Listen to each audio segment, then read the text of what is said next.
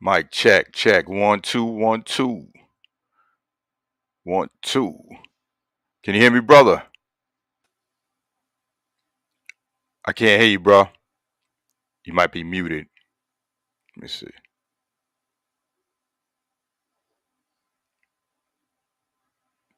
Check. Now, you don't look, you're not muted on this side, but I can't hear you. D Cole, what's good, brother? Can you hear both of us?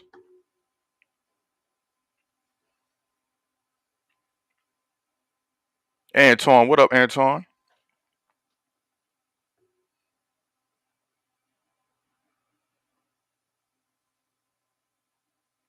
Still can't hear you. Check, check, check. Oh, there you go. There you go. Check, check. All right. Yes, indeed. Yes, indeed. I can hear you now, bro. All right. What's up, man? I'm good, brother. How's everything with you, man? Oh, man, good, man. Happy holidays to you and the family, bro.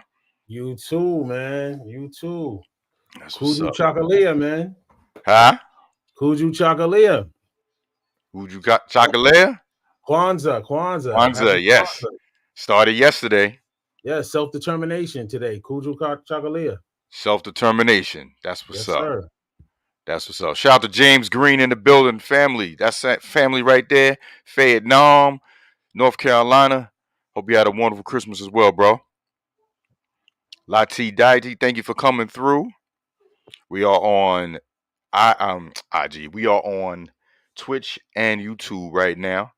Trying to get us on all platforms. It's a lot of technical stuff I gotta do, but once I get that popping, that'll be dope. Be on IG and some other platforms as well. But we just starting it off, man. Actually, the first show and last show of 2023. Yes, sir. Let's clap it up. Let's clap it up for that. You know what I'm saying? Yes, sir. Word. So, we gonna just be building, building, letting y'all hear our music and Mhm. discuss beats, rhymes, and life. Yes, sir. I think that's a Yes, sir. appropriate title for our show. But how was your Christmas? It was good, man. It was good. It was good. Mm, Had family, had my in-laws over. Just chilled, man. It was relaxing. nice. Unfortunately, I had a little bit of a headache. I've been dealing with those for the last couple days. Oh You wow, you get the migraines, right? Yeah, yeah. So I Yeah. had a little bit of headaches going on. It's lingering. It's still lingering a little bit now, but Mhm. other than that, man, I'm good, man. I'm good. I That's got no complaints. I'm here. I woke up this morning. A lot of people didn't do that. Yeah, man. You know Yeah, what I mean? So unfortunately. any morning on this side, any day that Mhm. you spend on this side is a good day. You know what I Yes, mean? indeed. Like whatever we got to go through, you know what I mean? That's minor. It's Ye- minor. There's Yeah, anything that we can think of that we're going through, somebody's going through worse. yeah, man. Unfortunately, I've seen some people that some of that met personally, through Twitch DJing. You know what I mean? Going through it. You Yeah. know, Yeah. um, in between homes, being homeless, like a lot of stuff, man. I got family stuff myself going on, and Yeah. Mm-hmm. you know, I'll share with you behind the scenes. But yeah, man, you know, it's it is rougher for everyone's going through something, but there's like levels to what people going through too. Yeah, bro. Nobody said this was gonna be easy. Life is not easy, bro. Nah, it's It's not. not easy. I think about all the time, man. I look at my kids too, and I'm like, they in a rush to grow up. You were in a rush to grow up, and it's like, bro, man, You better knowing what savor this time now. knowing what I know now, if I Yeah, could reverse a lot of things, would have been a whole lot different, bro. My approach, my yeah, reveling in the moment would have been a lot different, man. Because now this adulting thing it ain't always cool. This adulting thing, man. nah, definitely not. Definitely not. And Yeah, I man. know, with you, your kids, are even younger.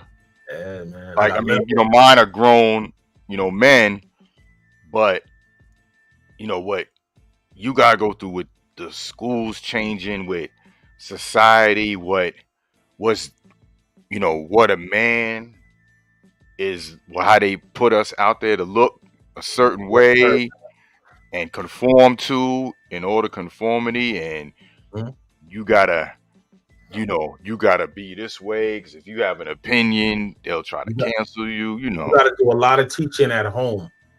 You Yeah, got to do a lot of teaching before they get to them at school, because yeah. that first impression with everything is vital.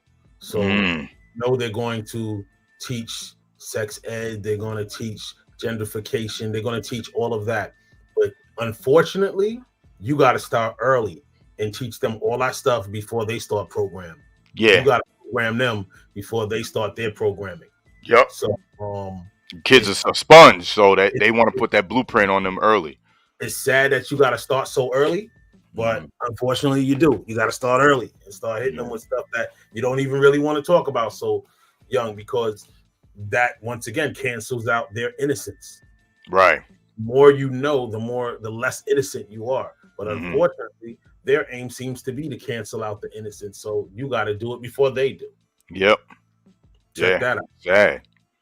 You know Sad. Yeah. At least, yeah, you do it your way. Before exactly. they get to them. Yep. Exactly. And I look at myself, man. I'm about to be 50, and my kids are little. And sometimes, I look at most of my circle. I look at most of the people I know. All their kids are grown. They on Right. grandkids now. Right. Sometimes I'm like, dag, man, I started so late. Mm, But the thing with starting late, the blessing in starting late is having the wisdom. You know what I mean? A lot. right. When you start young, you don't have the information to pour into them like you should. Yeah. So I'm blessed to have more wisdom at this point to pour into these kids. And You know being established, like, exactly, you got a house now. Before, exactly. we were still running around. I know I Mhm. was, what I'm saying, doing stupid stuff, Exactly. having a kid, and not even be established myself. They don't have to partake. I see a lot of my friends, a lot of people I know. they're dealing with the aftermath of that, trying to restore relationships with their kids because the kids saw a part of them that they didn't really want Yup. them to see because Facts. they had them at a period in their life where they were still doing the craziness and whatnot. Yeah. And I'm fortunate to have had them later. But then the flip side of that is you're older, body Yeah. ain't working like it used Yeah. to. Can't go outside and play baseball with them for 3 You hours. say to yourself, yo, I want to throw the ball, but my knees is killing me right now. Yeah. My hip is killing me right now. I want to run around with you, but so that's the drawback, Mm-hmm. But I think in retrospect to everything, man, the wisdom, the ability to pour the wisdom in, and the ability to tell them something and teach them something is much more vital than anything. Mm-hmm. Those are the things that they'll see later, and they'll be like, you know what, Pops didn't really throw the ball like I would have liked to, but I'm sure he would have if he could have. Now that I'm his age, Right. I look back at it because Yeah. I now look at a lot. I look back at a lot of things that when my father was older, and I understand now. As you get older, you understand your parents more. You might Oh, understand your mom more. You understand your father more because you're in their shoes. yeah. Now it's even harder. It's even harder because their makeup was different back then. I have to say, you look at our parents and you look at Yup. they struggled different. They Yeah. struggled different, and I commend them for it. The way they struggled, Mm-hmm. it was a different kind of struggle. Yeah. But now the struggle that we're dealing with is subliminal, it's cerebral. Mm-hmm. Everything that we're dealing with is very cerebral. You know what I mean? It might not be right there in your face, but it's more cunning that it's not in your face. Mm. Yup. A lot of Oh things yeah. you don't know what you're dealing with. You got to estimate who you're dealing with and what you're dealing with and the nature of what you're dealing with. Mm. So Yeah. The times we living in, bro. I mean, sir. like you Yes, said, sir. Yes, sir. it's really real, and um, with everything, like sometimes I'll see like different posts about stupid stuff.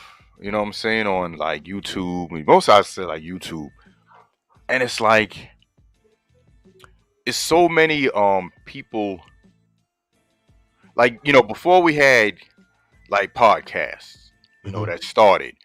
Mm-hmm. People doing interviews, they're giving insight.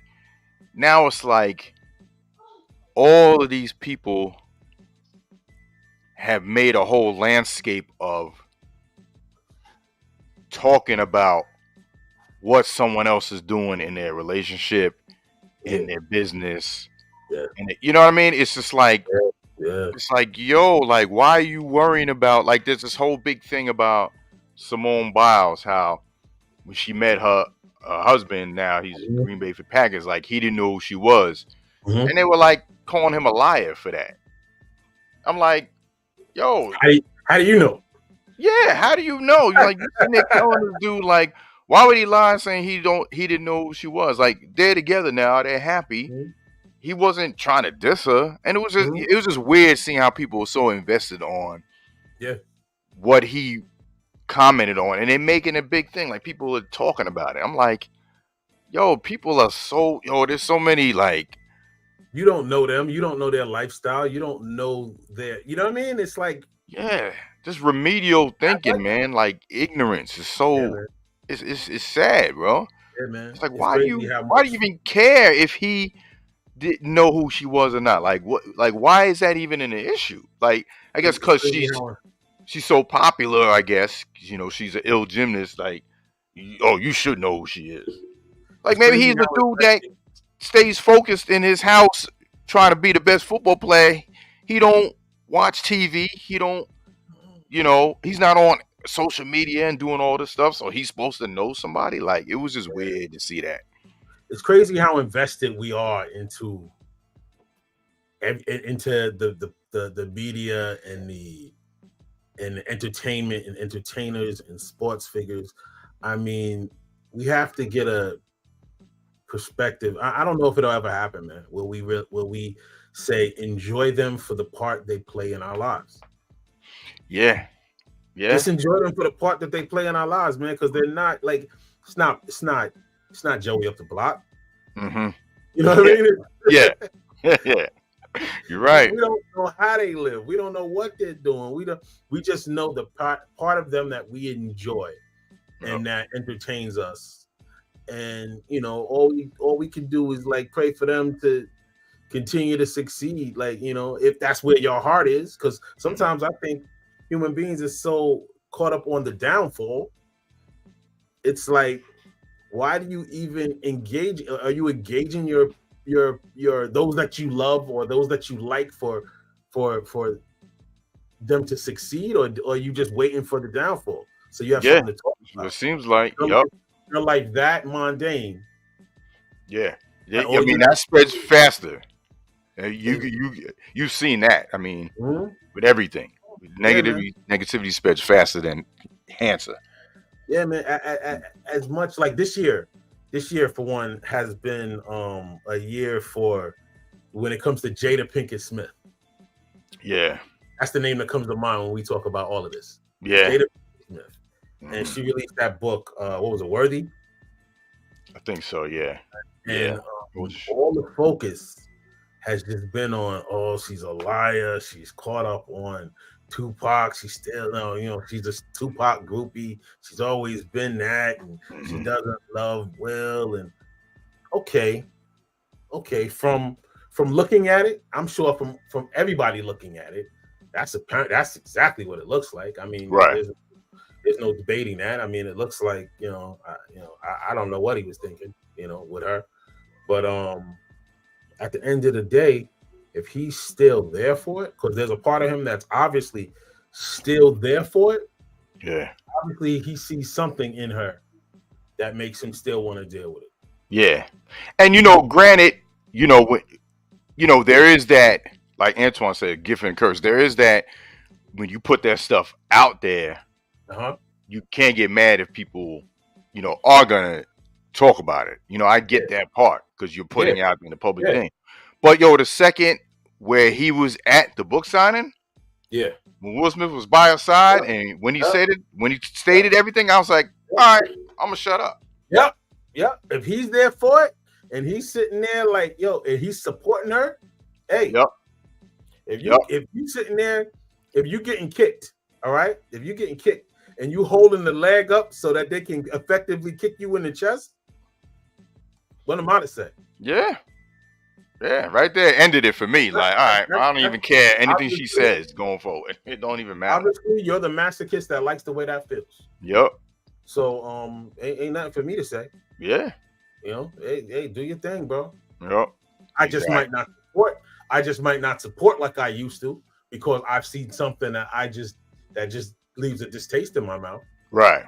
But for you, if that's good for you and that floats your boat, by all means, do what you Yeah. do. Yeah. I'm not gonna go on blogs and make Yeah, it's nothing for me to say. I'm not gonna. stories and get all deep with it. Like, yeah. It is what it is. That's you. It is what it is. Yep.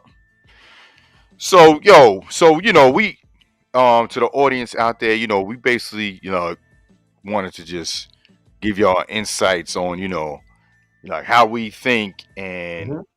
us being Samssun and Djaytiger, we are a group. We are Yes, the sir. DJ. We are the MC. We are trying to represent the pillar of hip hop. This is the 50th year, as if you Mm-hmm. didn't know, and just show us our process and, like, what we think to put out there for people to consume, and feel that we definitely can add on the positive side of the culture. Yes. Um, and I want to start with you, brother, because that we always talked about, you know, um, the music in general, but I wanted them to get, some insight on you, you know, as like, how did you get into the hip hop culture? Was it something where you saw one of your favorite MCs growing up saying, yo, I want to do that? Or did it just, you just like, oh, let me try to write something, and then from there it just started? Um, It started with I know I've said this before. It started with my uncle, man. My first, of course, you watch Video Music Box and things like that as a kid, and, Yep. but my first close up exposure to like seeing somebody next to me in my face doing, any of the art forms was my uncle Jerry. He was a DJ, and he was a DJ for a group called the Bush's Crew, and that's from Amityville. Big up to Amityville, that's the hometown. Big up to the Ville. Salute. Strong Uh, Island. he was in the Bush's Crew as a DJ, and he went by Jay Swing. Okay. And just watching him cut, man, watching him do the tricks and all of that back then, it was just amazing to me. That was the first thing, it wasn't MCing. My first exposure was watching the DJ and watching him do the tricks and stopping the record with his foot and all of that. Oh, okay. He was nice like that. Yeah, being a little guy and watching that and just like being amazed by that, Right. He was the first person I saw stop a record with their foot and doing all the all the tricks, Right. He was doing all of that back then. And I was a little guy. That was one of the records I remember him. What was it, 5 Minutes to Funk? That was like one of the first. That was one of the records I remember him always cutting and doing tricks with. Rest in peace, Ecstasy. Yeah, man. Rest in peace. That was a joint that I always remember him doing tricks with, and I was just like, yo, this is crazy. This is crazy. Nice. But my first, like, there was all those, Sugar Hill Gang and all those groups back then, and I got stories for that too, because Sugar Hill, the story with Sugar Hill Gang, Sylvia Robinson is actually, I'm actually related to her through marriage. Wow. Wow. Yeah, her husband was my cousin on my mother's side. Wow. Wow. So dope. So all of that, he was a wild one. He was a gangster. He was into all of that. But he was a lot of the funding and a lot of the backing for the things that she did once. She did a lot before she married him anyway, but she did a lot more when she married him. But I said that to say the artists like, Cold Crush and all those groups that was signed at one point to Sugar Hill,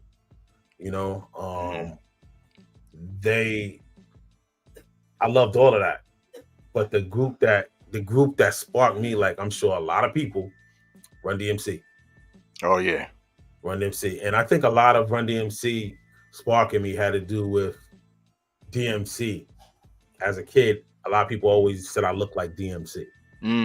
Okay. The fact that I had a representative with glasses, rocking the Kango, I would wear the Kango, I would wear the chain. I had I was buying the Adidas like everybody else, holding my Adidas in the sky. Fat shoelaces. That looked like me doing it. Yeah. And I took the DMC because that's the dude I look like. Nice. And another brother that I went to school with, Kyle Kirksey. Shout out to Kyle Kirksey. Anybody that knows, anybody that knows what Kyle Kirksey at, tell him I've been looking for him. He looked like Run. Oh, okay. So a lot of times we was Run DMC when we got together. It was, it was me and Kyle. He was Run, I was DMC. Dope. And shout out to Kyle, man. But that was the start for me, man. That was a start. But before I even started writing rhymes or anything like that, I was writing poetry. Okay. I started out, I was big into art. I was big into art. See, it all kind of weaves into one another. Yes, it does. I was big into comic books. Me too. And I got into comic books with my mother. My mother looked at comic books as a way to help me expand my vocabulary. Okay. And it was also something to look forward to. Oh God, man. It was also something to look forward to help me boost my grades. Okay. When my grades were slipping, my mother would say, okay, if you do good on this test, you do good on this, I got these comic books waiting for you. So it was like, all right. Yeah. Yeah, that was the incentive. It was either that or some Transformers. She had some Transformers waiting for me. Okay. You go get some of these Transformers. All right. Let me study this.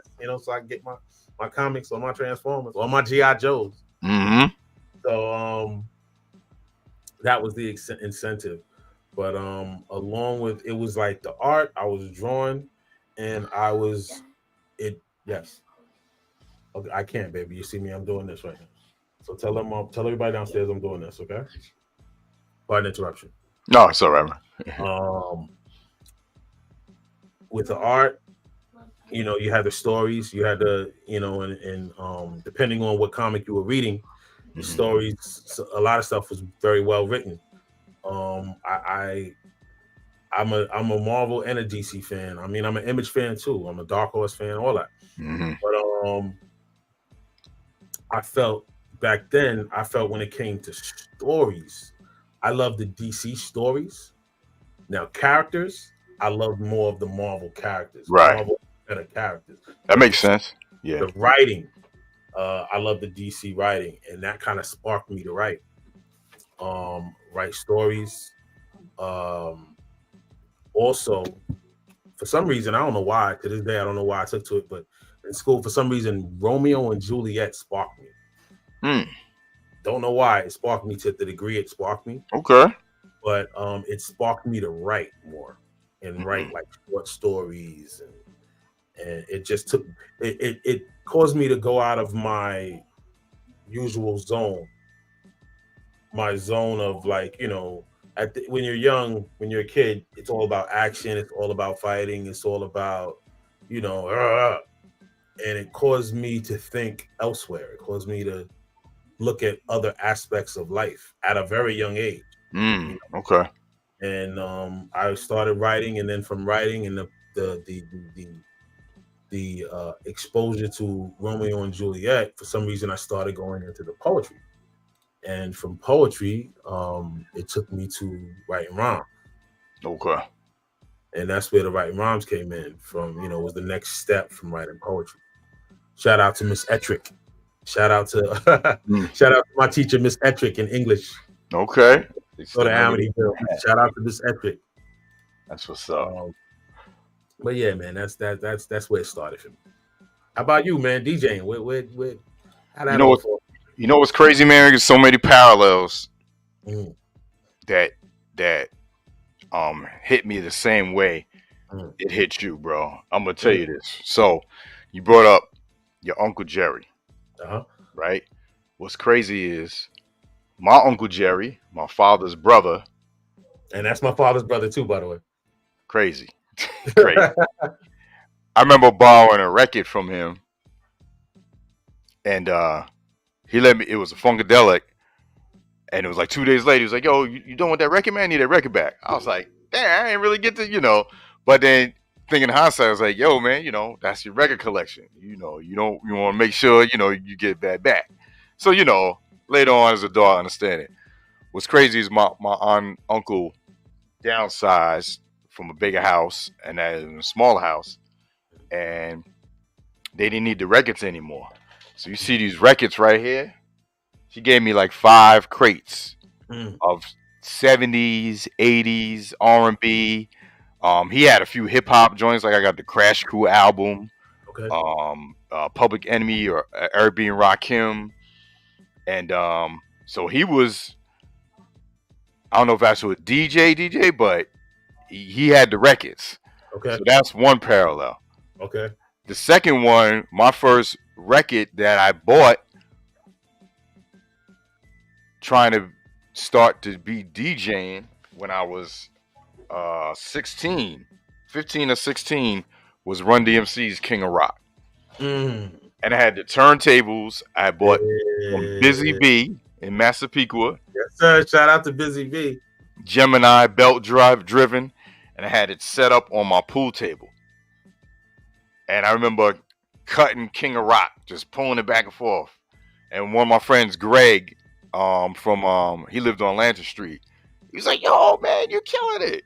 I just remember him like saying that, and I was just, I was just scratching the, King of Rock, you know what I mean? And I was like 15 or 16, So Yeah. there's two parallels right there. Run Yeah, DMC, yo, shout you said Busy B. Shout out to Busy Busy B. B. Used to take the Everybody bus. everybody knows Busy B, man. Yup. Sunrise Mall, and then Yes, you sir. walk over there. Yeah, man. Crazy, crazy. Busy Bee, man. So Busy Bee, everyone was a big. It was flea market, right? You say right? Like flea market, yeah. And yeah, they had everything in there, and I bought my first equipment from there. And I had a little Radio Shack, the little Radio Shack mixer. Busy B used to be Maze. Now it's Coles. Now it's Coles now. Wow. Coles now. It used to be Maze. Busy B, before it was Busy B, it was Maze. And that's where my parents met. Wow. My father was a manager. My mom used to work there. And that's where they met. They met when it was Maze. That's crazy. There's another parallel. I bought my first equipment there. Yeah, man. Yo, any slight. Have you seen the movie The Butterfly Effect? Any slight variation of something, if it didn't happen, we might not be here right now. Yeah, man. Either doing something else or not be Samssun Djaytiger because of, say, your mother didn't work there or she left there before she met your father. Yep. It's all connected. Rollo and I talk all the time, man, about the you know that game they have, the Kevin Bacon game, 6 Degrees of Kevin Bacon. Oh yeah, yeah. Everything's connected to him somehow. Everything is somehow connected to Kevin Bacon. Yeah. Talk about that with hip hop, like, bro, like it's like we've been doing this so long and around it so long that literally almost every hip hop story that we hear, there's somehow like somebody in that story I could almost say like, oh, I met him, or I had some kind of dealing with him, or I had some kind of, you know what I mean? It's always some kind of 6 degrees of separation with hip hop. Yeah. Been doing it for so long. Like, it's just crazy, man. It is crazy. When you break it down, it's like, yo, this is not no conspiracy. This is real. Like, it's really happening, yo. Yeah, Sunrise Mall, 3 stacks. You know about Long Island. Word. So, and for me, man, like I said, from there, you know, start like DJing and then, you know, starting to just get records every now and then. I can't remember saying, yo, I want to be a DJ. You know what I mean? I was just, I don't know. It was just that I just started just doing it. Like, you know, and then from there, it's just like, yo, you do my party. And like, I can't remember the first party, but what's crazy is if I run into somebody that maybe I haven't talked to in a while, I haven't seen, oh man, yeah, I remember you did my party. And most of the time I won't remember because, you know, just doing so many parties. And then it's translated into like doing parties for their kids. It was like, yo, you did my graduation, now you doing my daughter's graduation. Like, that was surreal to me. Like, oh shoot, I really been doing this long. Yeah, that's when it really hits you. So yeah, that's nuts. Doing a parent and then doing a kid's graduation. That's right? Crazy. Yeah. That's crazy. Yeah, that's gotta feel nuts. What do you have your did you keep your rhymes in a book? Like, did you have your own? I had tons of books, man. You still have those books? I wish I did, man. Oh yeah. I wish I did. I was in a long-term relationship with this girl, man. I used to keep everything with her like a fool. I kept everything. This girl held everything for me. Yeah, man. When we broke up, I'm sure that went up in the bonfire, son. I'm sure she did a dance around that in the bonfire. Oh damn! I know you like. More fire. She was burning your shit up. Music, rhymes, all of that, like an idiot, man. Yeah, bro. That's like me with my mixtapes, like cassette tapes, like had them and not really preserving them, like, because you know you're not thinking. It's only hindsight later on. You're like, I should have kept them, but Yeah, man. Um, one per shout out to Mr. 4th Street, you know what I mean? He lived in Huntington Station. The second meet and greet we had, he brought 4 cassettes that he saved for like 30 years. Wow. And That's brought what's up. and put them digitally on a USB for me. Nice, man. Yes, that was dope. And just listening to it again, like, wow, this is crazy. Like, obviously the quality wasn't that great, like, compared to now, but still, it's still nostalgia to listen to that, Yeah, man. I had one brother who was shout out to DJ Maniac. DJ Maniac from Wine Dance. Salute to Wine Dance. Anybody that knows DJ Maniac was he's actually related to Rakim. He's Rakim's sister's husband. Okay. And he actually did the melody, the first version. Oh. Yeah, when Rakim came to him with the concept, Rakim came over his crib with the idea in his head. He was like, "Yo, I got this. I need you to play this."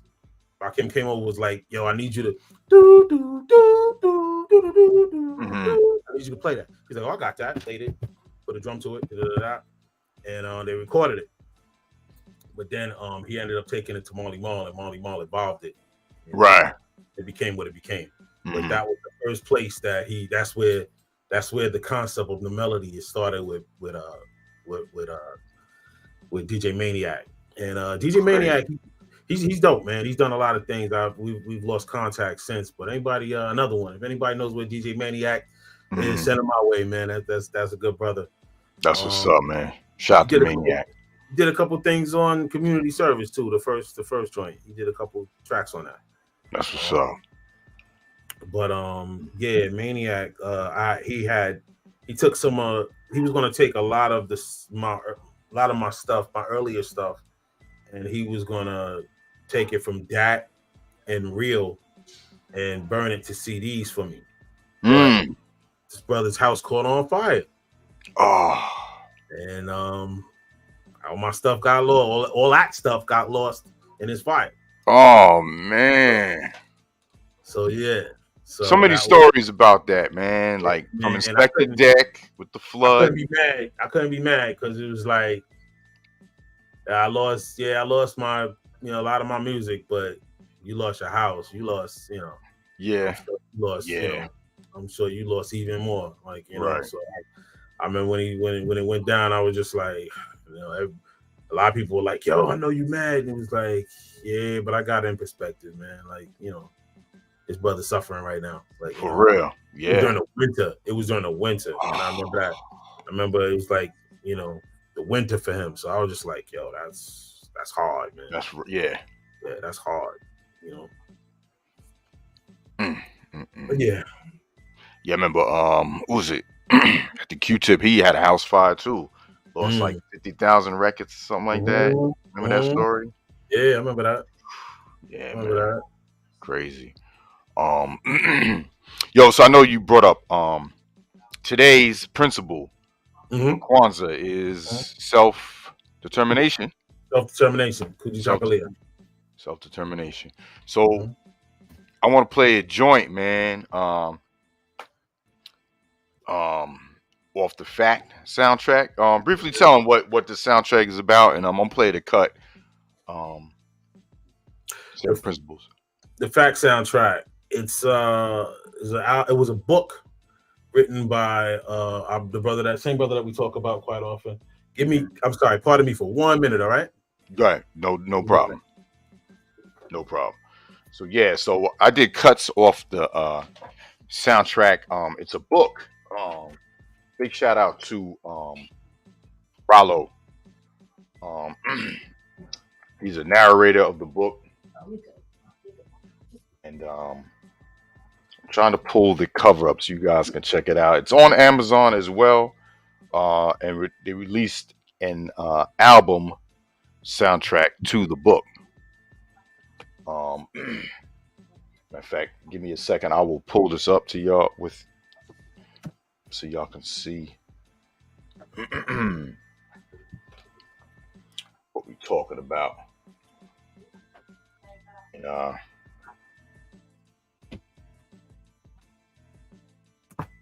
Did some cuts off the album as well.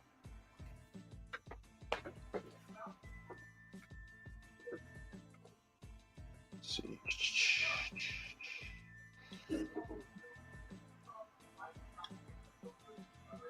Word. So yeah, I was briefly just telling them I'm trying to pull the cover up.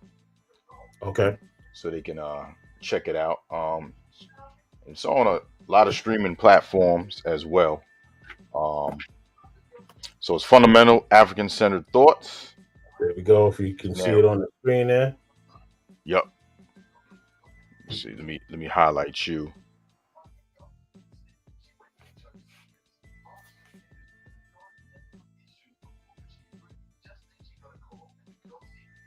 All right. That's the Fact Book soundtrack. Mm-hmm. It stands for Fundamental African-Centered Thought. Mm-hmm. Lessons and Solutions for African People. No doubt. And actually, it was released on the first day of Kwanzaa. And that was, what was that, last year? Last year. Yep. Last year, the first day of Kwanzaa, it was released. No doubt. So we're gonna go into this track. How's this pronounced again, brother? Track 7. The 7 Principles.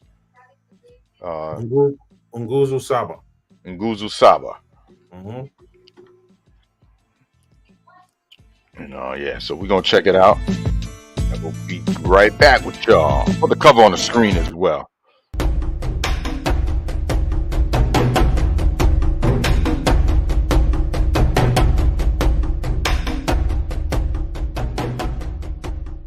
Habari Gane.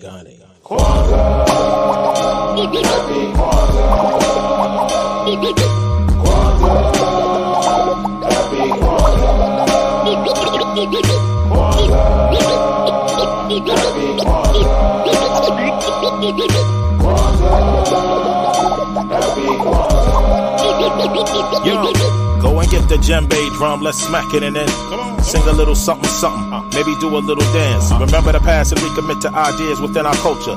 Grateful for any achievement, no matter massive or subtle. Remain humble, knowing just a simple setback or two could put us in a predicament without water or food. Therefore we alter all our modes to reflect gratitude through 7 principles that bring us together tighter than glue.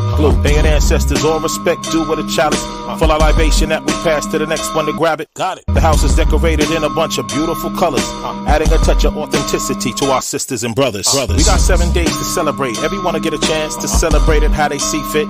We all got plans. Happy Kwanzaa. 1966, among Pan-Africanists in Los Angeles, California. It came out of the Black Liberation, Black Power movement of the 1960s.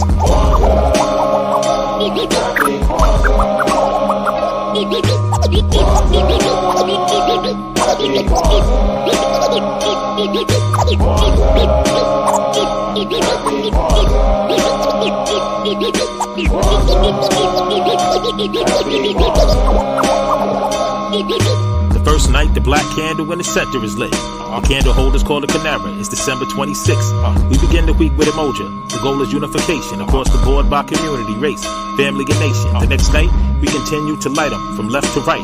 Starting with the red candles, I'll explain, hold tight. This is a striking testament composed of aims and objectives, a code of conduct created, not to focus on the mess, but to focus on the best that we do for the family.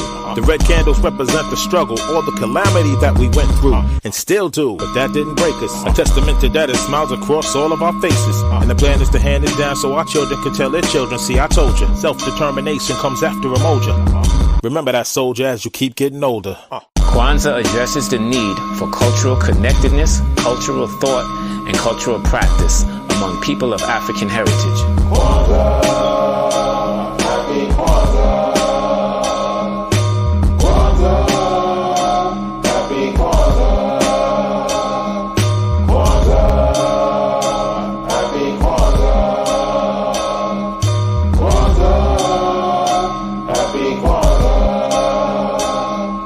So Emoja is unity, Next is Kuju Chagalia, which is self-determination. Be the best human being you can be and keep striving through work and responsibility. Which brings us to Ujima, providing a sense of dignity. Probably taught by your mama. Next is cooperative economics, also known as Ujuma, meaning having a stake in the outcome and growth of an enterprise. Day 5 is Nia. You have a purpose, so realize the cool Umba in you. That's creativity. This all requires faith, be money. Last but not least, this culminates with us having a big feast and giving each other presents that reflect what it means. Happy Kwanzaa.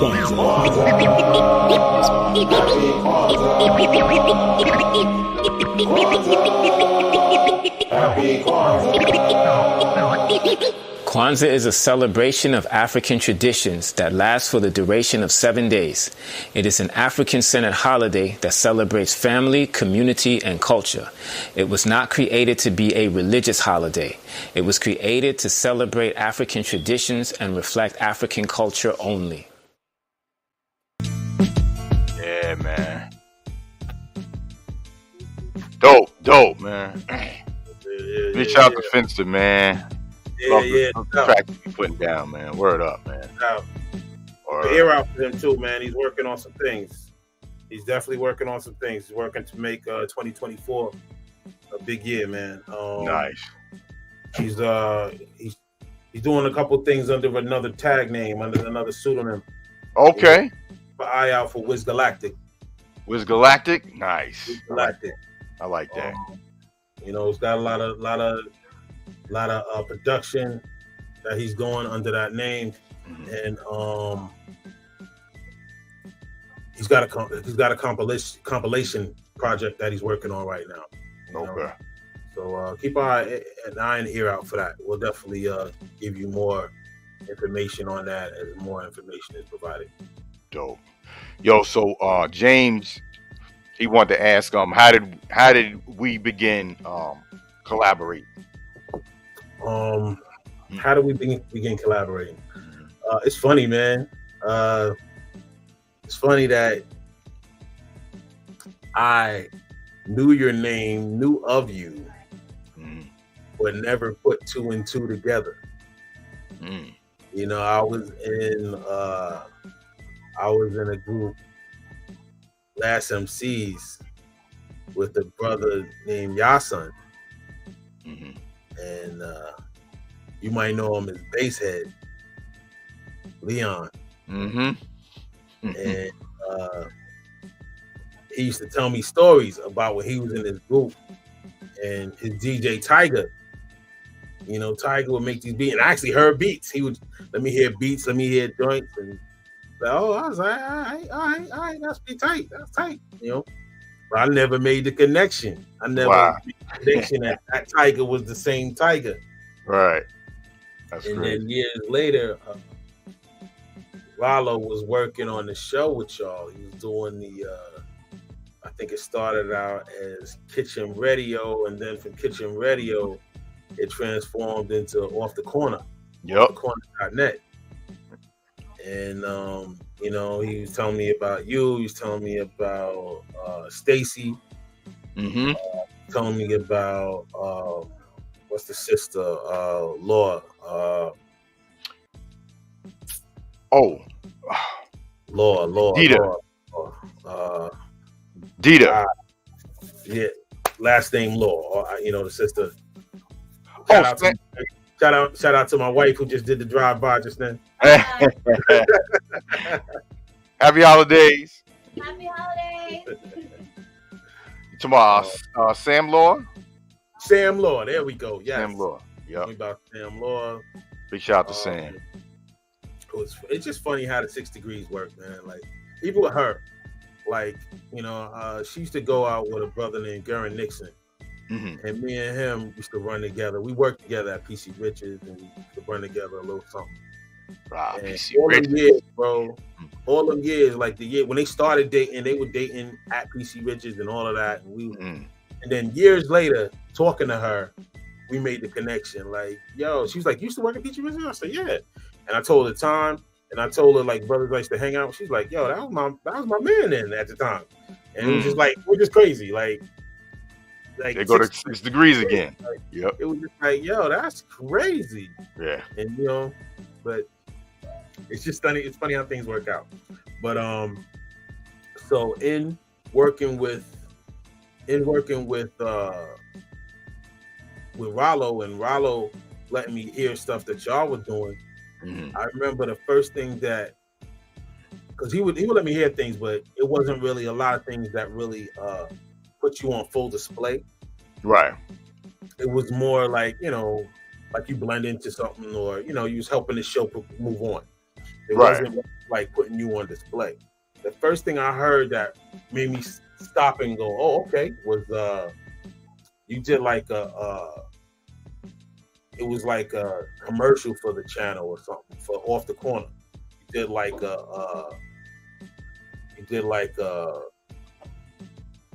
I remember it was like off the corner. Oh damn! Forgot about that. And you cut that up, and I was just like, "That's dope. That's dope." Damn, I gotta find that, man. I got it if you need it. I got it. Yeah, send that, bro. I forgot about it. That. That's crazy. Yeah, I got it. And then y'all did a few mixtapes. Y'all did the Off the Corner. I think we the did 3. 2 or 3. Yeah, y'all did 3. Yeah. I'm trying to remember the name of the joints. I got it. First 2, and then the last one was I can see the covers clearly. I can see the covers. You had the Uptown Saturday Night cover. Yeah. Yep. And then you had, what was the other cover? Oh man, I can see it. But I was on all 3 of them joints. Y'all took it was like, "Yo, what you got?" And I was just like, "Yo, use this." And what's crazy is, if you go back to one of them joints, you have Now. The song Now, the first joint I dropped off of Community Service. That was my joint. But the version that y'all dropped is not the version that ended up on the album. Right.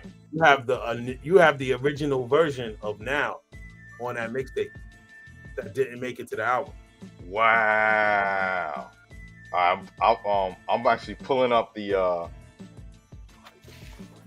I got them zipped. Because we had them on Dat Piff. Yes. We had them on Dat Piff. Got stuff up there too, Dat Piff. There's so many streaming platforms, bro.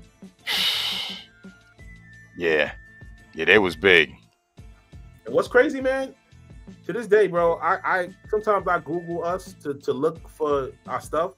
I'm constantly finding us on sites that I didn't know we were on. Like, yep. Oh yeah. Like, I'm like, yo, man, and that's the thing with all the streaming, bro.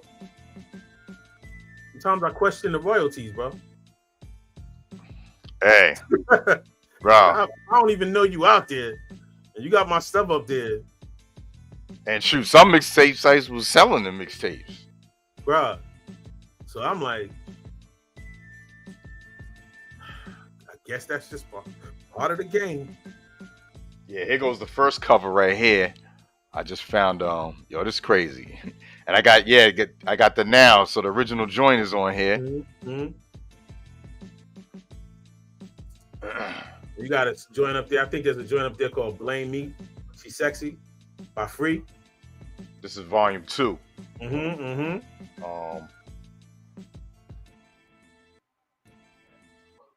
Let me see. And this is the first time because we had Star on here too. The Nori, that song, my favorite joints. You with it or what? That's your other joint. Yeah. That's on here. Okay. You with it or what? Wow. And that was that's on the second album.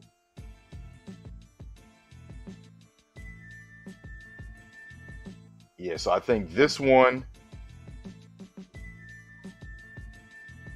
I'm gonna pull up the. Here go the cover for the. I think this was the first one. I think. Okay. Yep. There goes Sam Law right there. There goes Stacy. Classic crazy. underground hip hop. Yeah, man. We was doing this for years. Concrete Rosary, K Swift. Shout out to K Swift. K Swift, word. Rugged Man we had on here. Yeah. I was talking about him to somebody not too long ago. Talking about Rugged, the Rugged Man, how he used to always be up at Stony Brook. Like back in the day, like around the early 90s, I used to always go up with my man Maurice to see DL and HB, the basement show.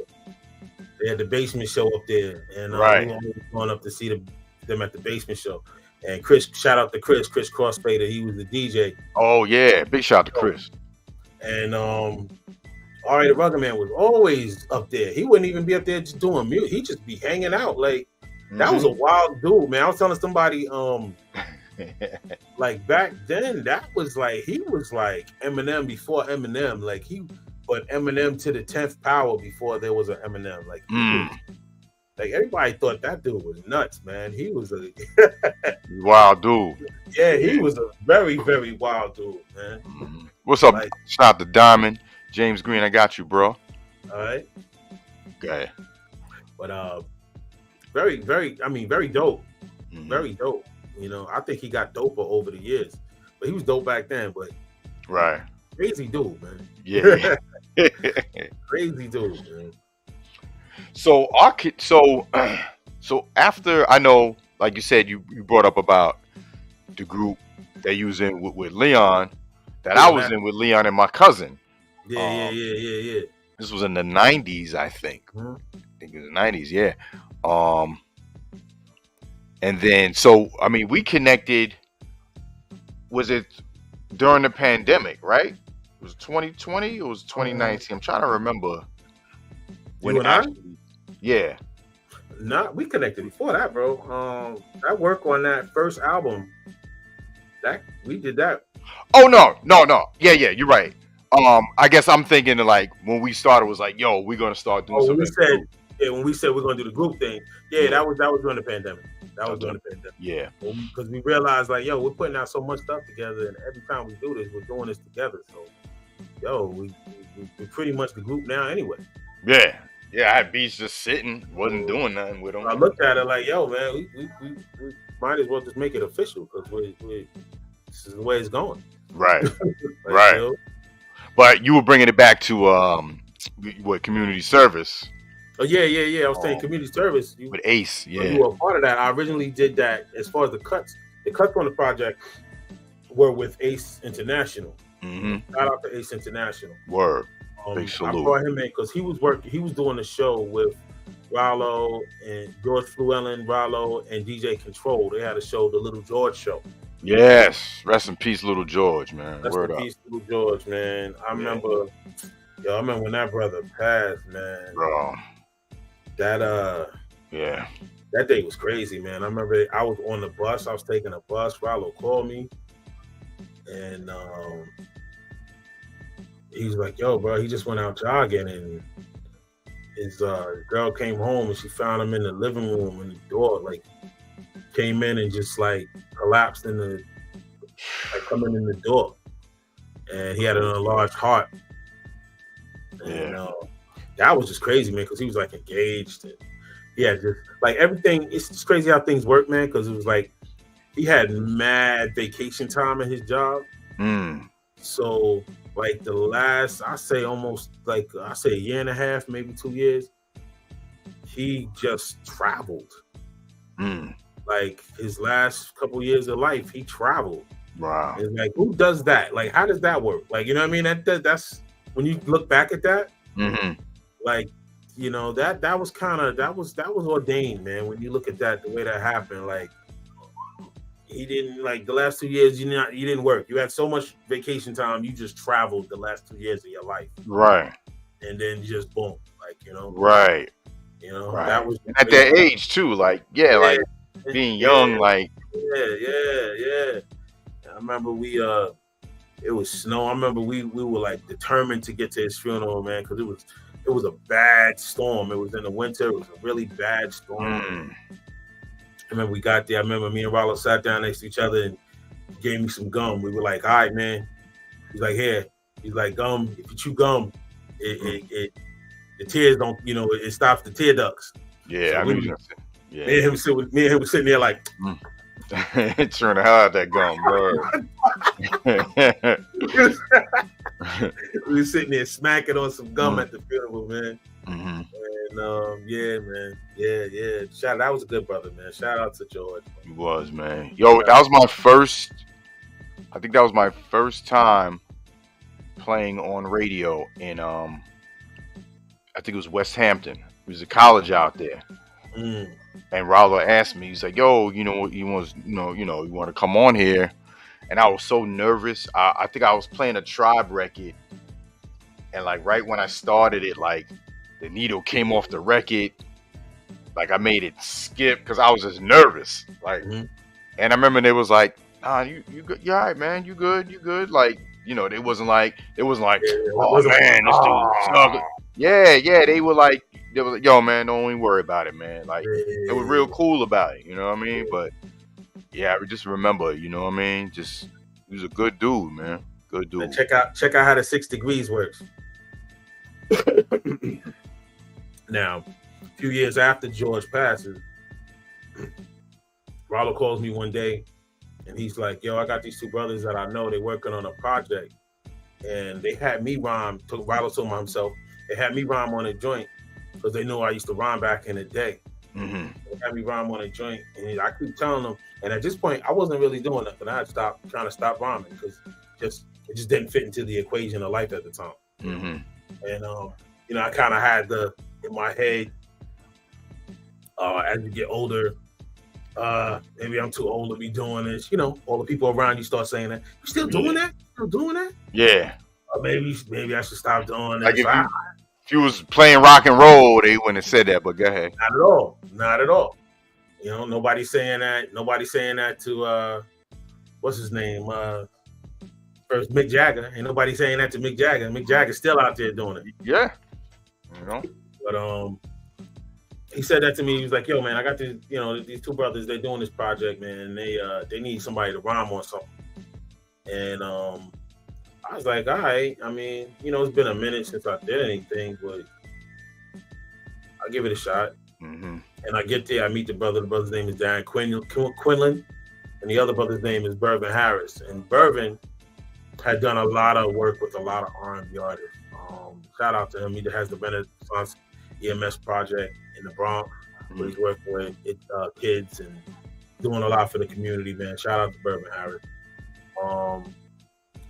He worked with a lot of R&B artists. I remember one song he co-wrote, Everybody Knows. He co-wrote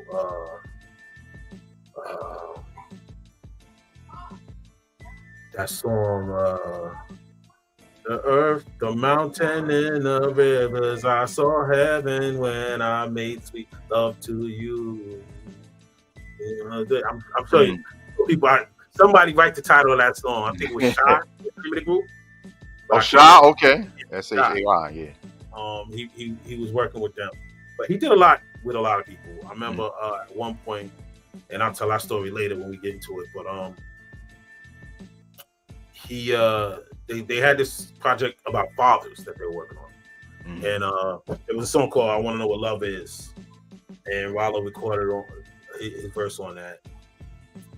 And they asked me if I could jump on that as well. And he gave me the Bible. He was like, there's this chapter in 2 Corinthians. If you could write your verse around that. And I sat there reading it while we were in the studio. And I was like, all right, man. He's like, so if you can come back like maybe a week or so. I was like, yo, can I get in the booth?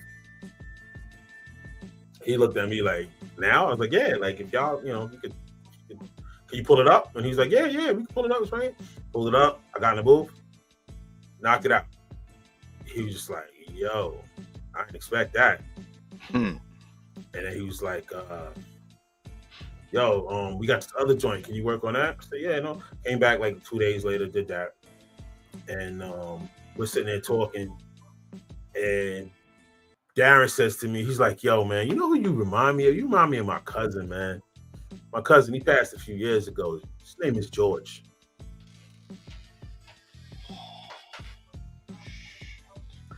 And I'm like, Lil George? And he's like, yeah. Oh, I'm man. like, yo, that's crazy, bro. Bro, I just got chills, bro. Woo. Everybody knows George. George used to wear his hat like this. Wear it on top of his head. And it was always like DJ Drama. and it was always the backwards kind of on the top of his head, like on the top of his head. And he kind of walked, George had this walk, like he kind of walked on his toes. Right. And like, yeah, man, you remind me of George, bro. I'm like, yo, that's crazy, man. Oh, like, what are the odds of, what are the odds? But those two brothers, man, they did a lot for me, man. They actually, if you pull up, KRS One had an album called Spiritual Minded. Mm-hmm. They produced the majority of that album. Okay. Yeah, I got the album. Darren and Bervin produced majority of that album. If you look in the credits, you'll see Darren Bervin and Darren Quinlan and Bervin Harris. So those brothers were like, yo, what are you doing musically? And I was just like, nothing really, man. I ain't really messing with it. And they were like, why? And I was just like, time, money, a lot of factors in why I'm not really doing it. They were like, listen, man, you're getting ready to get back into it. You're gonna start. Mm-hmm. And they were like, don't think there's no charge, there's no nothing. Just they were like, it's a travesty that you're sitting on that much talent and you're not doing anything. And I was just like, wow, man, thank you. And it was like, yeah, we're starting now. We're starting. And those two that turned into community service and developmental, the devotional, not devotional service, the community development. Okay, yeah. Community development and the community service. That's what that turned into. So, and that's because of those brothers took the time and said, let's do it. And I pulled in Ace, because at the time, I knew Ace from Rollo, and I just like his mind. Ace was just so to the left. And that's what I like about Ace. Ace was one of those people that he always used he would have been perfect in De La Soul. Okay. So Ace was very obscure, just like he just used very obscure samples, very obscure sounds. He cut very obscure things. It wasn't always a record. He would cut sounds and just to the thinking was just very to the left. And still is, man. Once again, shout out to Ace. He's still doing things.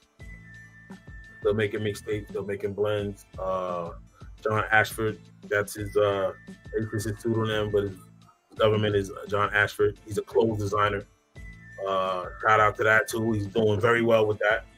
Nice. Very well with that. Did Ace DJ on BLS? I'm not sure. Anytime? Yeah.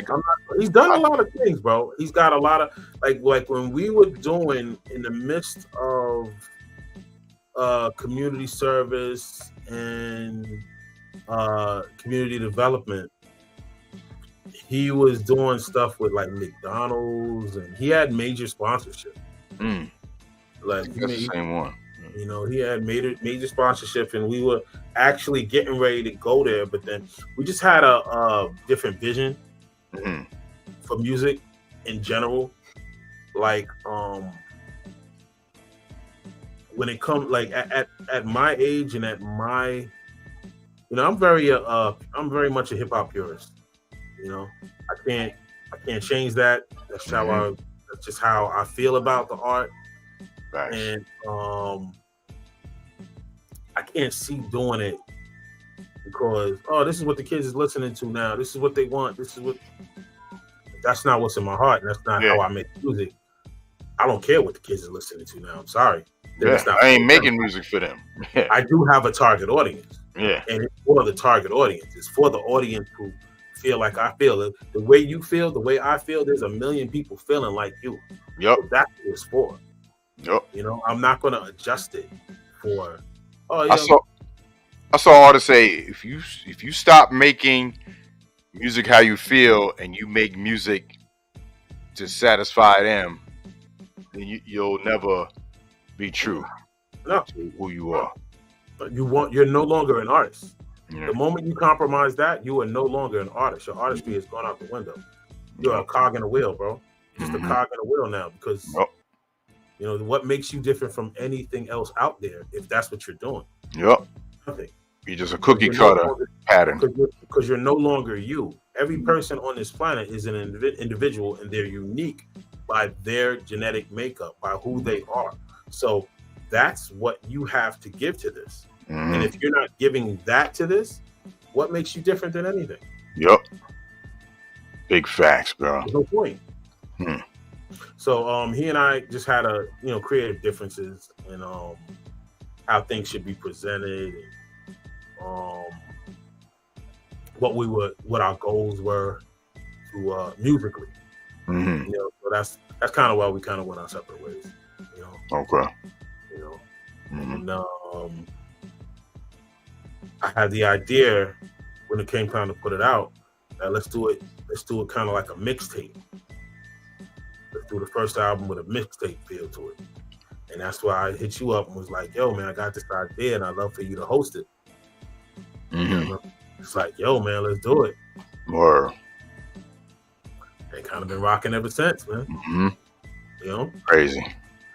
You know, also crazy too is the like Stony Brook. You know, we getting the DJ there on Stony Brook. We're going up there already.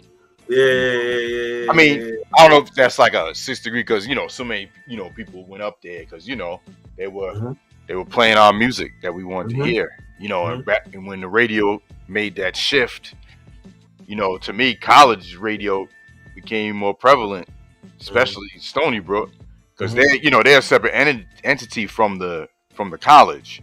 You know, they got to get their own funding. There was a Delphi too. I remember going to Delphi. And, you know, I remember the Wild Man Steve show, all of that. Yeah, big shout out to Wild Man Steve. Doing all of that. The first show I ever went up to was Wild Man Steve. You know, so you know, I remember going shout out to Wild Man Steve, all that. And but Stony Brook became like second home. Stony Brook became like, that was the spot that I knew I always could go. I didn't even have to call and say, yo, I want to, can I come through? Stony Brook was just like, like I could pop up and yo, we got you want to do something? You know, it was always like that. Go up there, yeah. Do you remember Party 105? I don't know if they're still there. Party 105.3. I do remember. I never went up there or nothing like that, but I do remember that. So I knew this dude. Man, I forgot where I met him from. Forgive me, man, if you see this. I mean, he got me to spin on there for I think a half hour, an hour. I actually had Party 105 t-shirts. Yeah.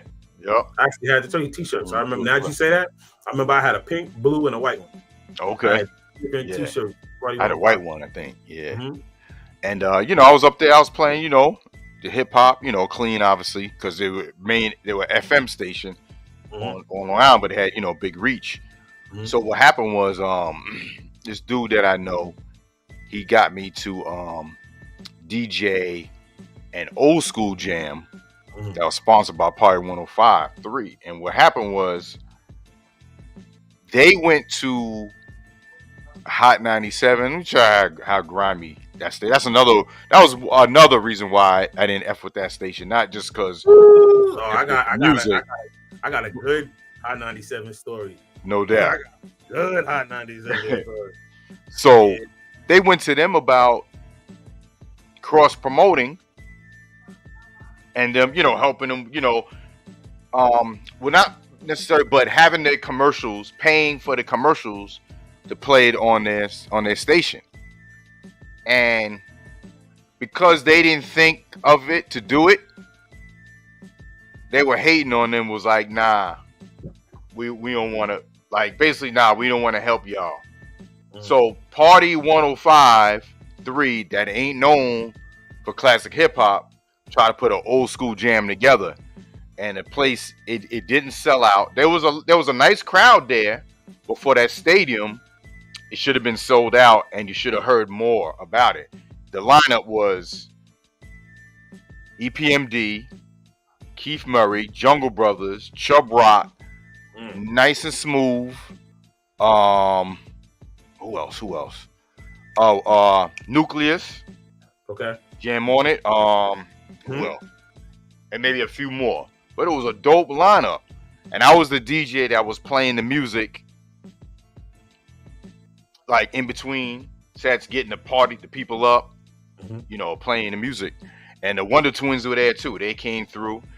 And after the show was over, we were talking with Eric Sherman backstage, like this after everything was over. And he was like, yo, this was nice. He said, but for this, it was promoted on the wrong station. Because Party 105, their audience isn't of old school classic hip hop. Yeah. And that's when I found out about what Hot 97 did or didn't do. Basically, because they didn't do it. Think about it. They was hating on Party 105 and they refused to help cross promote. So it suffered. So yeah, that was one thing about DJing on Long Island doing the shows, and why I detest that station. Because it was on that bullshit. But big shout out to my brother Reboot in the building. Salute. I remember at one point, and it's once again going back to Last MCs, when I was in Last MCs.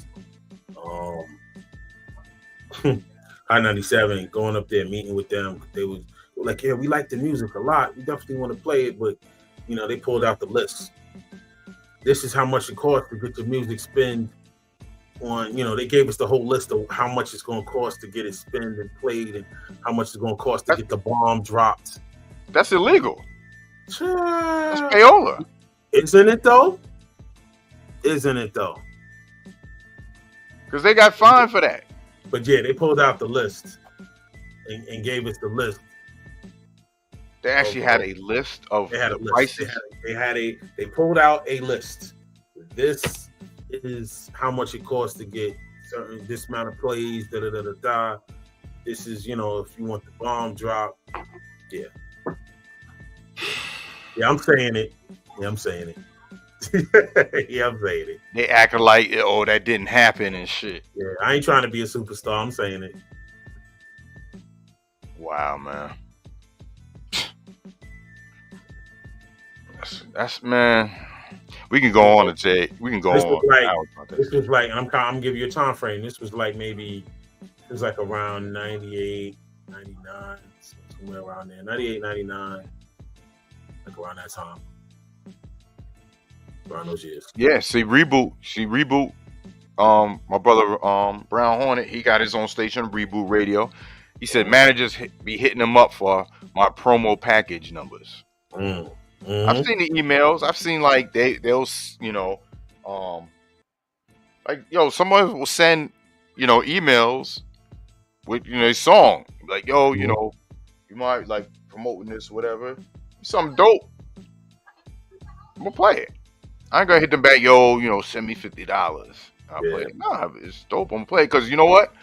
You play it and you put it in a rotation. Guess what they're gonna do? Check it. My song plays every Friday on Reboot Radio. Guess what? Reboot Radio just got some more listeners on this station. That's how it reciprocates. That's how it should reciprocate. Word. That's how it should, yeah. So James was asking me, there was another 6 degrees. He went to school with 2 Shy members. Oh, wow. That's dope. So he said, we may not be around for the 100th hip hop anniversary. That being said, where do you see hip hop at that time? But before you answer that, I was going to bring up what you thought about the Hip Hop 50. There were a lot of grand concerts. There were a lot of big concerts. We rock with. But there were a lot of artists that weren't a part of it that had something to say about it because they felt that they was left out. And I knew they made noise because these last few ones, the ones that weren't there, all of a sudden they had their names on the screen. Which is dope to see, and it's kind of like Y'all did that after the fact. Mm-hmm. But I mean, let's not fool ourselves. We all know this money making. It's the biggest genre that's been, number one for the last 20, 30 years. Mm-hmm. So we know you bring the big artists, you're gonna get the money for it. Yeah. But at the same time, when the elements of what started hip hop culture are not even recognized, or they're watered down, it's going to be talked about. Yeah. So how do you feel about the 50th and then going forward with the 100th anniversary?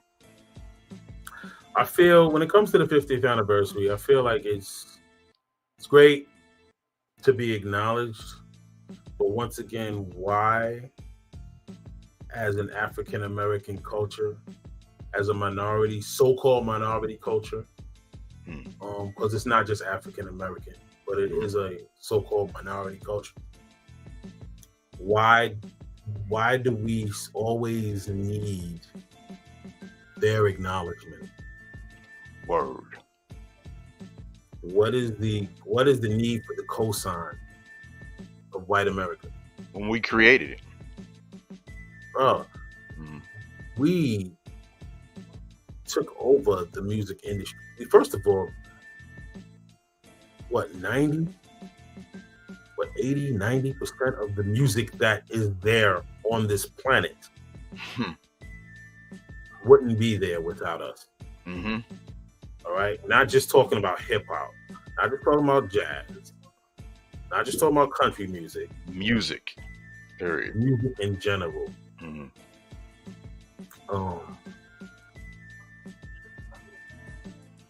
The 50th anniversary is great, but we already knew that. So anything else, all these, award shows and everything doing it. Exactly, brother. Reboot. We sold the genre and put them in charge of the gate. Can't say it. Could not say it better. Could not say it better. To need their acknowledgement, all they're doing is what they've been doing. Financial gain off of it. Yeah. The more shows they do, the more acknowledgement. It's not for that. It's not because they want to say bravo for doing this. They know the check is coming. Anything that they do, that's a check coming off. So it's just once again another check, another way to generate money off the back of our labor. Do I feel that it shouldn't have been done? No, I don't feel like it should not have. I don't feel like it shouldn't have been done, but I feel we should have done it.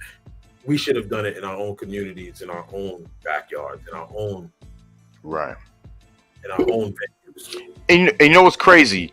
See, I kind of corrected myself in my head before I put the question out there, but I'm gonna put it out there. I was gonna say, playing devil's advocate, there's the other side saying, yo, yeah, I understand, what the Grammys didn't do, what they're about, but that gave us more of a reach. And I think 20 years ago, maybe you could say that, but now, yo, if any of these stars was like, yo, let me make my own YouTube, or let me make my own platform and have all the artists that I grew up with in culture come to this platform and we do a concert, we run out of venue. Who or we do pay-per-view tickets for people around the world to buy. Who's to say that wouldn't work? I think that would work. Why would you need the big platform to do it when you can make your own? I don't understand why we have it in our head that we need white backing. We need their, I don't get it. I really don't get why we feel we need them. And I'm not saying this as a black white thing. I'm saying this as a culture versus corporate maybe. Yes. Culture versus corporate. Been there, done that. We have, it's just a question of growth. And a culture can't grow if it continues to see itself as a subculture. How do you continue to see yourself as a subculture when it's been so global? When it's been so, like, you know what I mean? We're seeing ourselves as a subculture still 50 years later. That we want to keep shouting 50 years later, but 50 years later, we're still seeing ourselves as, please, sir, may I have another? You know what I'm saying? You can't, there is no growth with that mentality, man. Right. And as much as we're selling out arenas and we're selling out the arenas that sir have allowed us to perform in. Sir, can we do this? Sir, can we do that?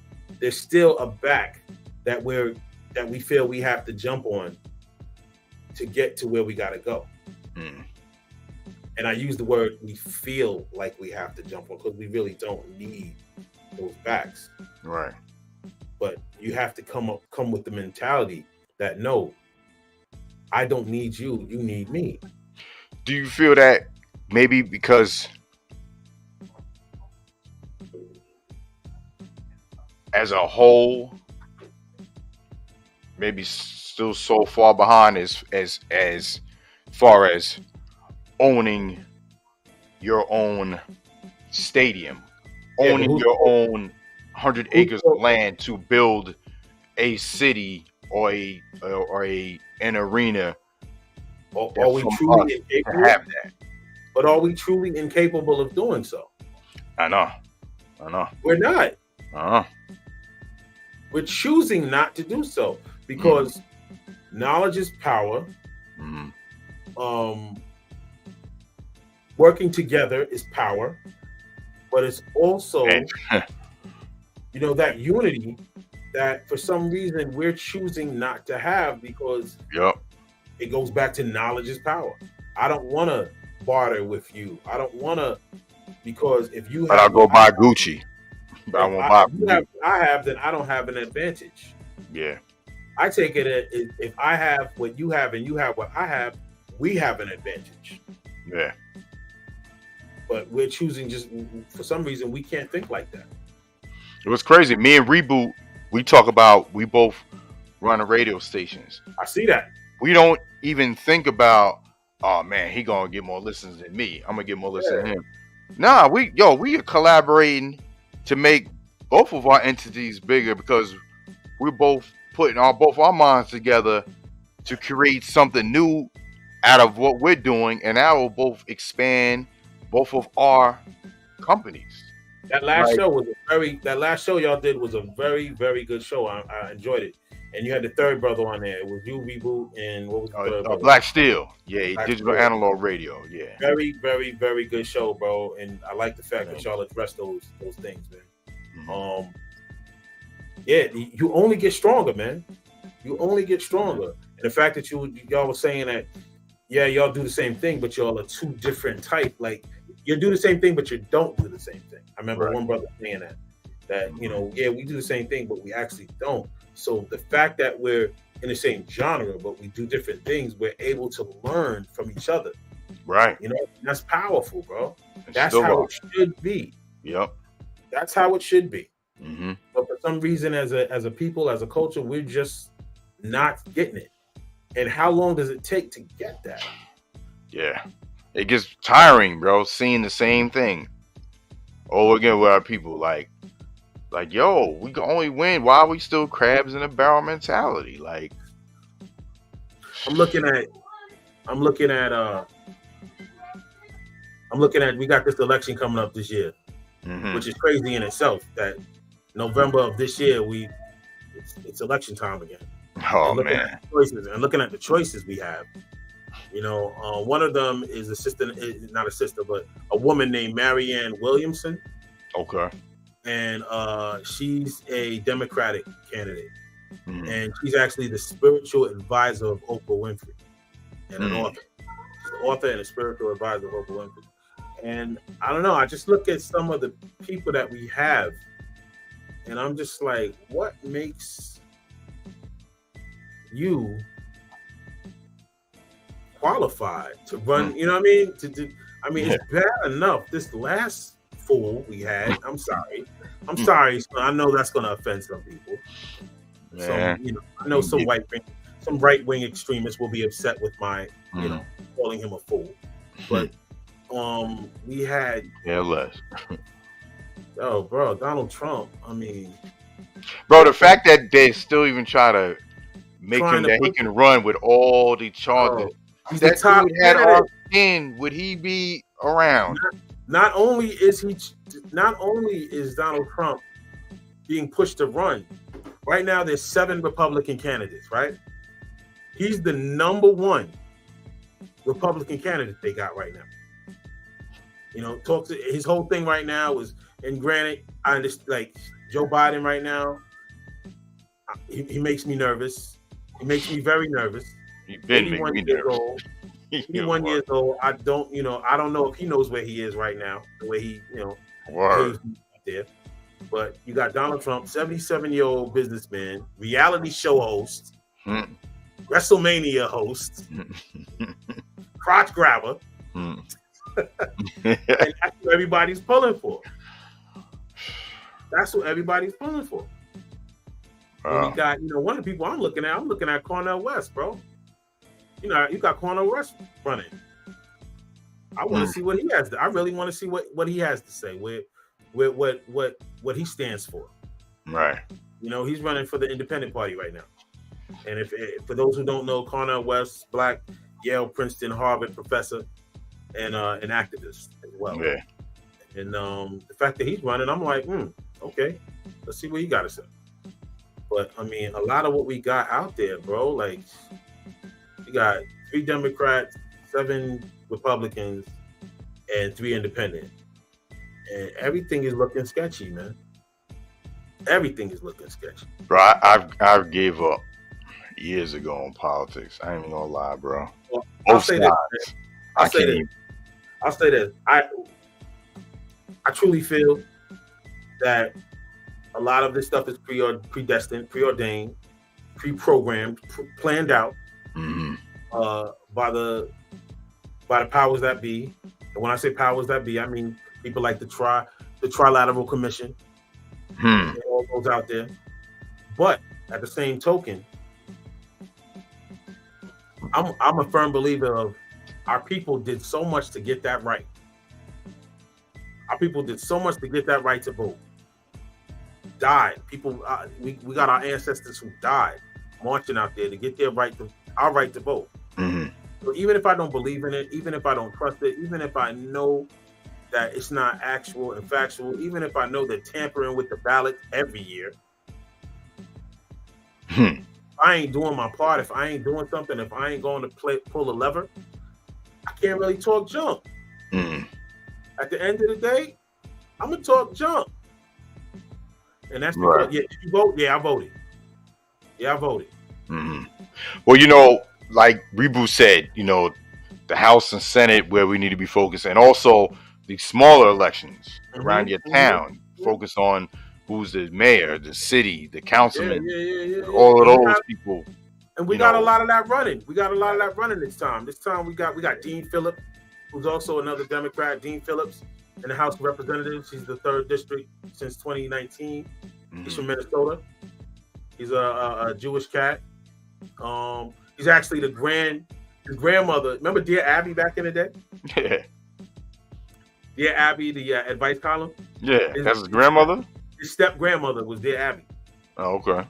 And that's Dean Phillips from the House of Representatives. And you got Nikki Haley from South Carolina. That's a Republican. You got Vivek Ramaswamy. Oh yeah, that guy. Yeah, that guy. Which he bugs me out, man. He bugs me out. He's a descendant of Indian immigrants. He was torching all the Republicans on that stage. I was like, yo, he's going in right now. Yeah, he's a descendant of Indian immigrants, but he's a right wing entrepreneur. Yeah. So I kind of look at that like, Word? How's that work? Yeah. You know? They wouldn't vote him in, no. Oh no. They wouldn't vote him in. No. So, Reboot said her husband took casino money. Yeah, what? Her husband took casino money that the Republican actor you was talking about. Yeah.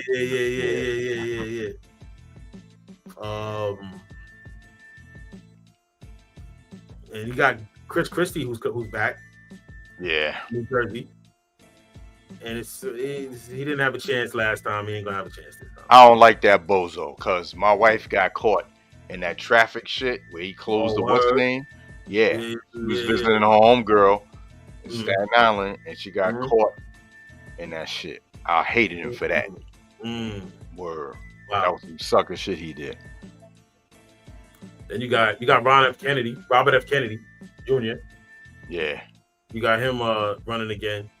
He's running for his whole thing is the vaccine.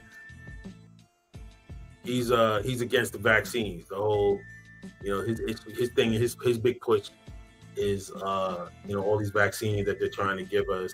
Yep. That's his angle. I ain't trying to make fun of him, but why does he talk like that? I don't know. You know what though? He was on Matt Hoffa, and I was like, why is he talking? If you look back at the Kennedys, they all had like this little weird twang in their voice. Like even John F. Kennedy. Right. They had this like kind of like, I won't say like a farmer's twang, but they had this like, you know what I'm trying to say, right? Yeah. No, I know what you mean. They had this unidentifiable accent. Right. You know what I mean? But yeah, man, I look at politics right now, and I look at where we are as a country, and I look at this next election, bro. It's bad news right now, bro.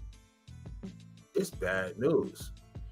I think it's reflective of just the mind state. How bad the country is, period. Yeah, bro, everybody. Your closet is a reflection of your mind state, bro. You got a messy closet, you got a messy mind, man. So, yeah, man. So, I want to shift. Okay. Just over to some music, bro. I think they want to hear some music from us. Yeah. We was talking life. Life. Oh yeah. It's still good. What we did. Yeah. We talked a little bit about rhymes and beats. Speaks rhymes and life.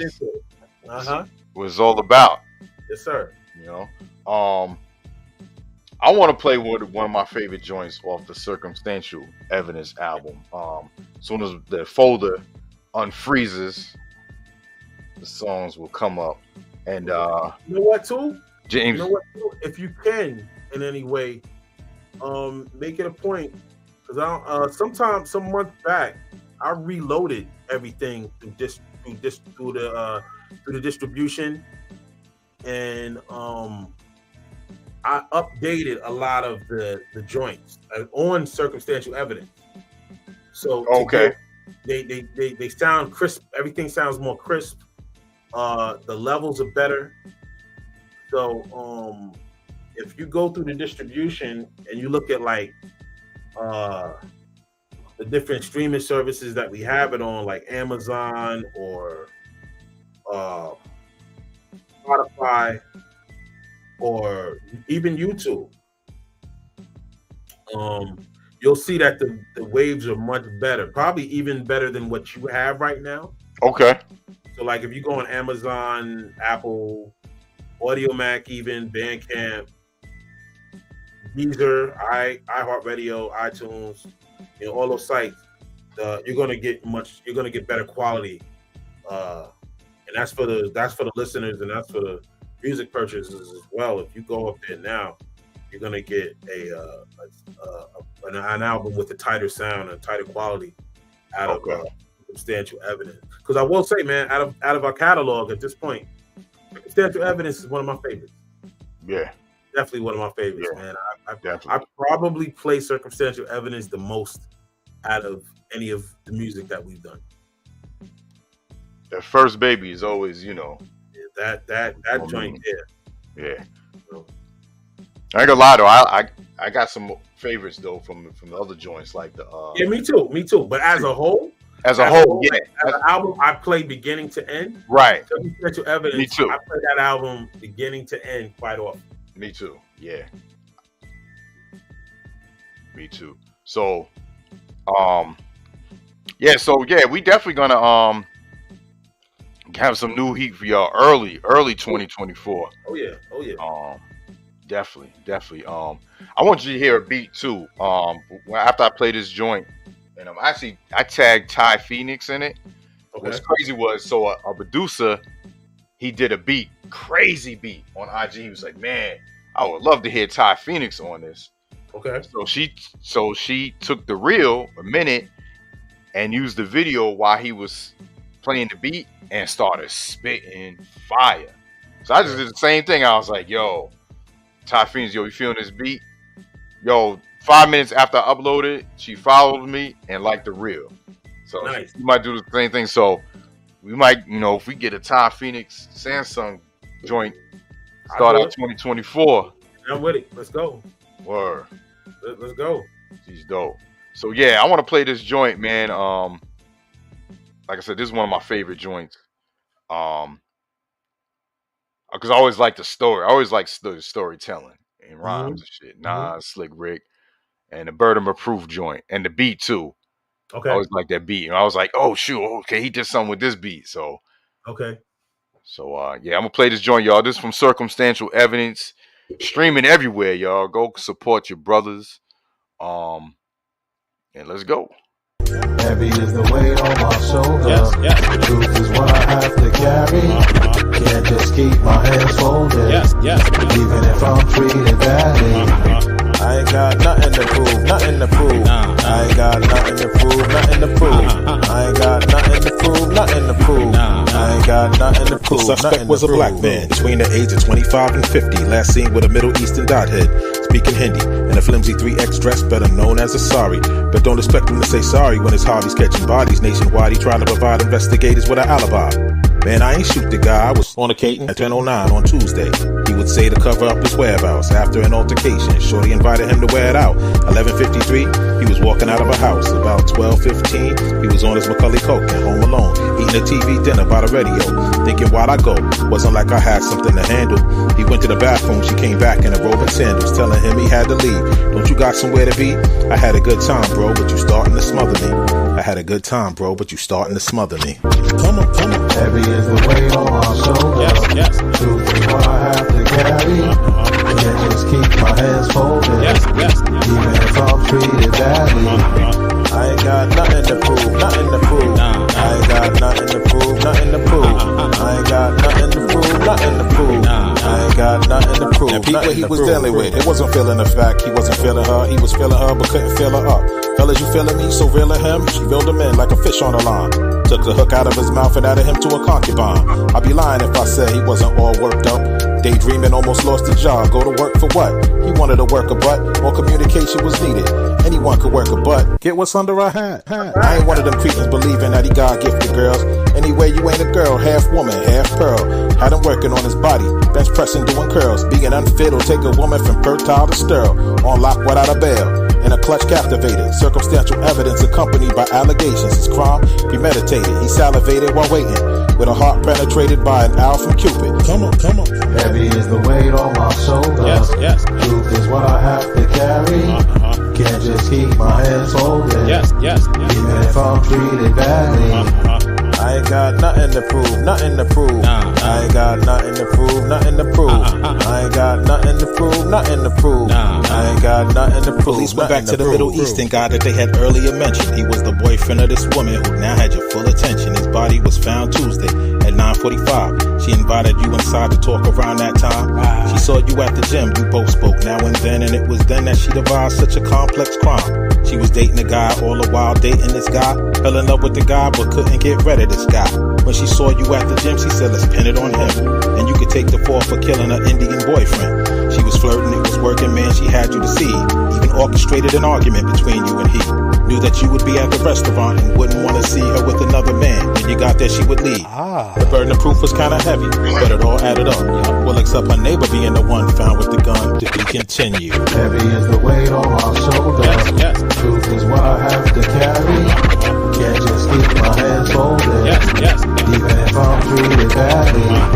I ain't got nothing to prove, nothing to prove. I ain't got nothing to prove, nothing to prove. I ain't got nothing to prove, nothing to prove. I ain't got nothing to prove, nothing to prove. Heavy is the weight on my shoulders.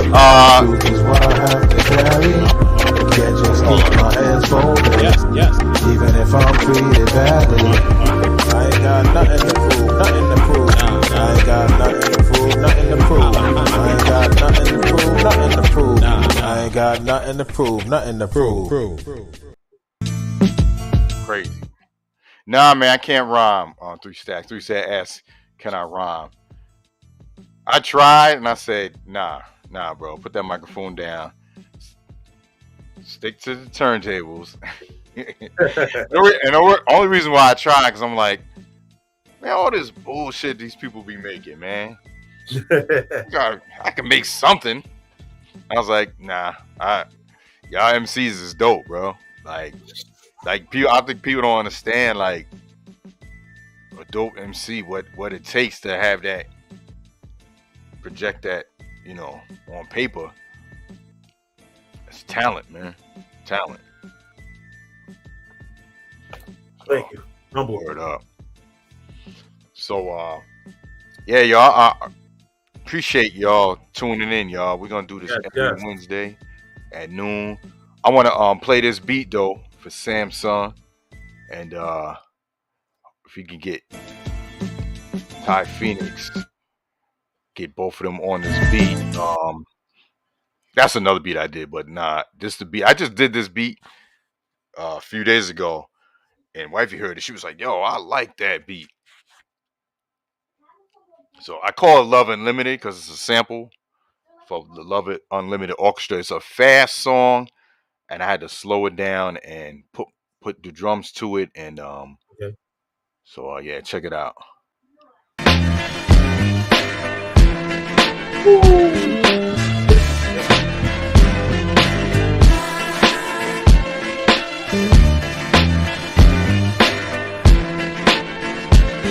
Changes up too.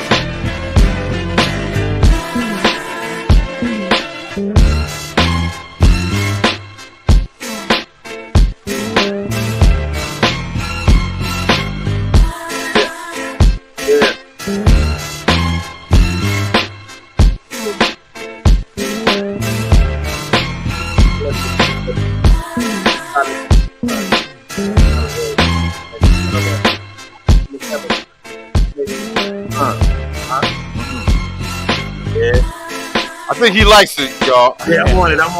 No doubt. No doubt. Yeah, send me that. I got something for it. I'm gonna send that to you ASAP. Word. Yeah, I'm on it. Send me that today.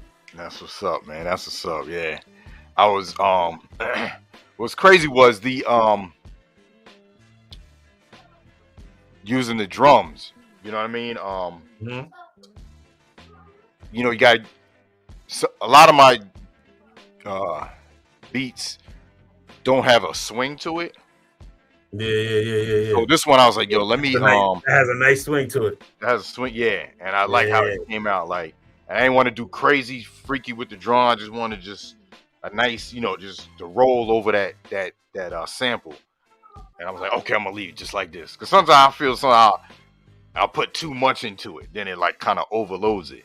Just keep it, you know what I mean? Sometimes some shit just need just ill hip hop drum pattern, ill sample, and ill MCs formula right there. And then obviously some cuts. So We're gonna have something for that before the week's out. No doubt. So I'm sending that to you ASAP. You already know, brother. Yes, sir. But yeah, y'all, man, we appreciate y'all. I know I'm on. I'm gonna move y'all over from Twitch and see who's live, and then I gotta start my show up. Yeah. And then we'll see you on the next one. Don't forget the Underground Railroad goes down tomorrow. Yo, definitely, y'all here Samsung Joints on those every week. And it's the last one for 2024. Word.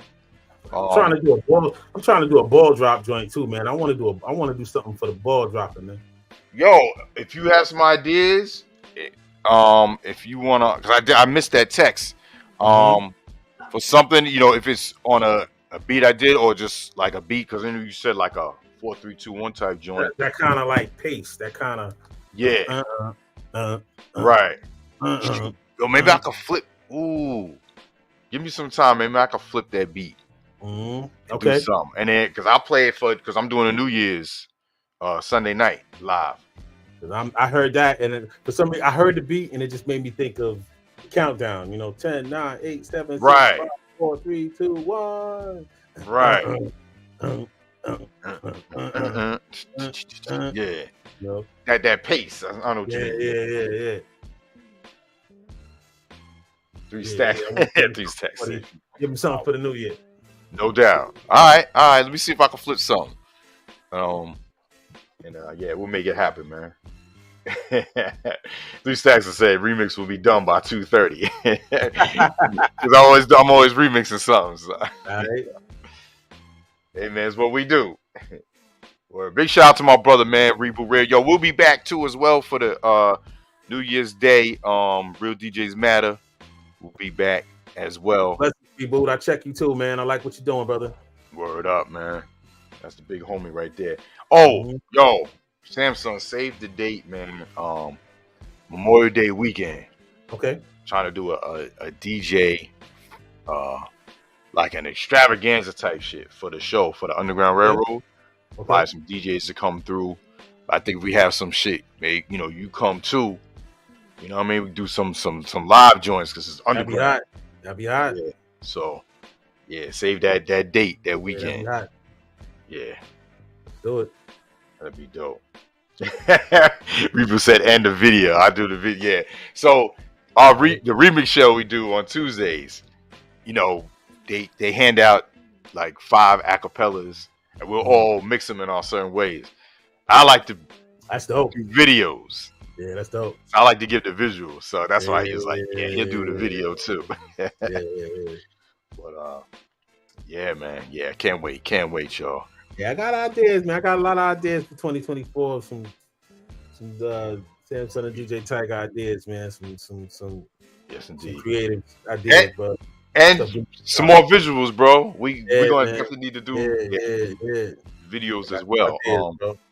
Ideas, real quick. I saw you posted Marcus Garvey movie.